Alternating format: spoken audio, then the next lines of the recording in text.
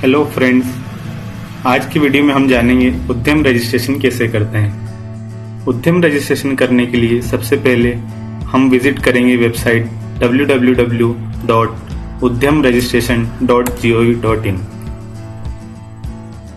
Website पर visit करने के बाद नए रजिस्ट्रेशन के लिए हम क्लिक करेंगे for new entrepreneurs who are not yet registered as MSME। यहाँ क्लिक करने के बाद आपके पास फॉर्म खुल जाएगा। इस पूरे फॉर्म को समझने के लिए हम सैंपल फॉर्म चेक करते हैं।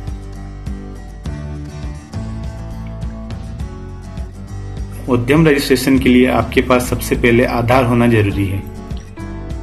प्रोप्राइटरशिप के केस में प्रोप्राइटर का आधार नंबर डलेगा, पार्टनरशिप के केस में मैनेजिंग पार्टनर का, और अदर केसेस में कंपनी या ट्रस्ट के केसेस में ऑथोराइज पर्सन का आधार नंबर। आधार नंबर डालने के बाद आपको यहाँ डालना है नेम ऑफ एंटरप्रेन्योर।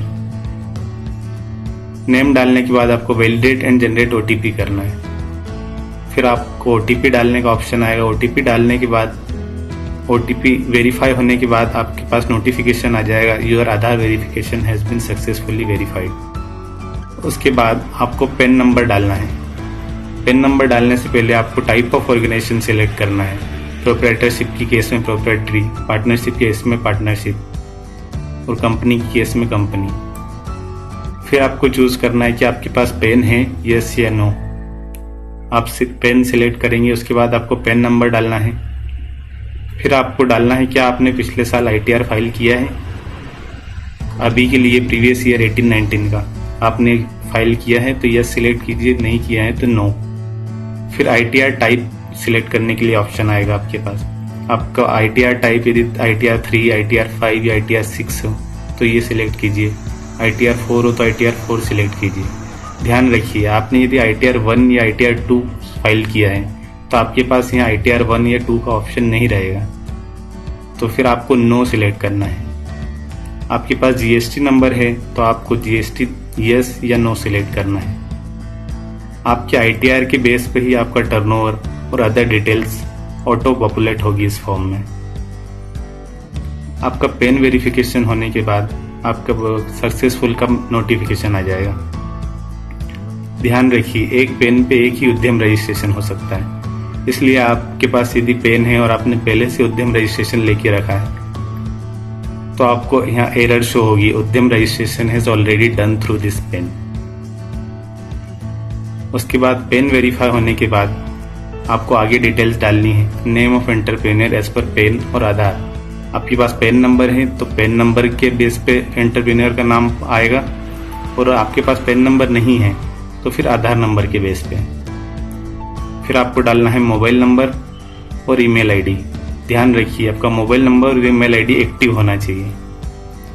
फिर आपको सोशल कैटेगरी सिलेक्ट करना है, जनरल, SC, ST, OBC, जो भी आपकी कैटेगरी हो। प्रोप्राइटरशिप की केस में ये कैटेगरी प्रोप्राइटर की आएगी।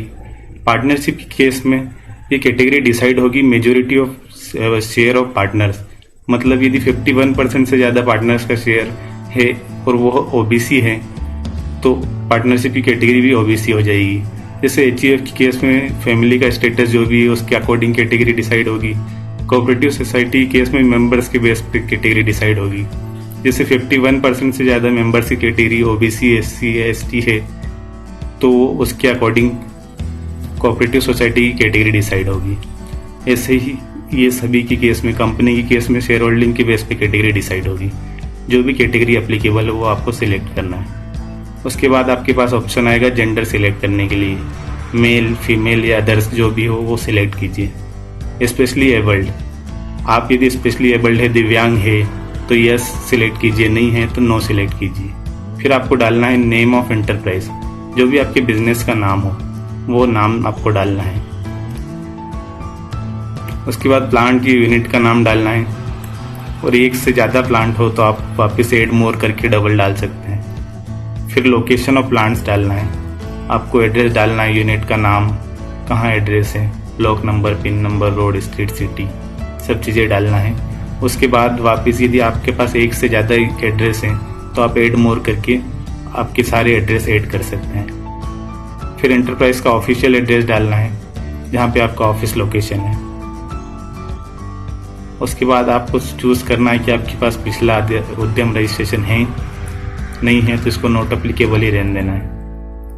उसके बाद सिलेक्ट करना है डेट ऑफ इनकॉर्पोरेशन। जो भी आपकी डेट ऑफ इनकॉर्पोरेशन हो, आपने जीएसटी रजिस्ट्रेशन लेके रखा हो तो उसमें जो डेट है वही डेट डाले इसमें। वेदर प्रोडक्शन और बिजनेस कमेंस, क्या आपका बिजनेस चालू है, आपने बिजनेस कमेंस करके रखा है तो यस सिलेक्ट कीजिए और कमेंसमेंट की डेट डालना है।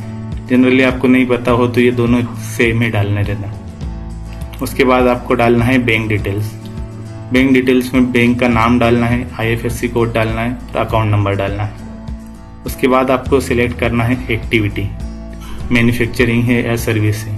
ध्यान रखिए ट्रेडर्स को MSME रजिस्ट्रेशन नहीं मिल सकता, इसलिए मैन्युफैक्चरिंग या सर्विस यूनिट जो भी हो आप सिलेक्ट कीजिए। उसके बाद आपको सिलेक्ट करना है NIC कोड।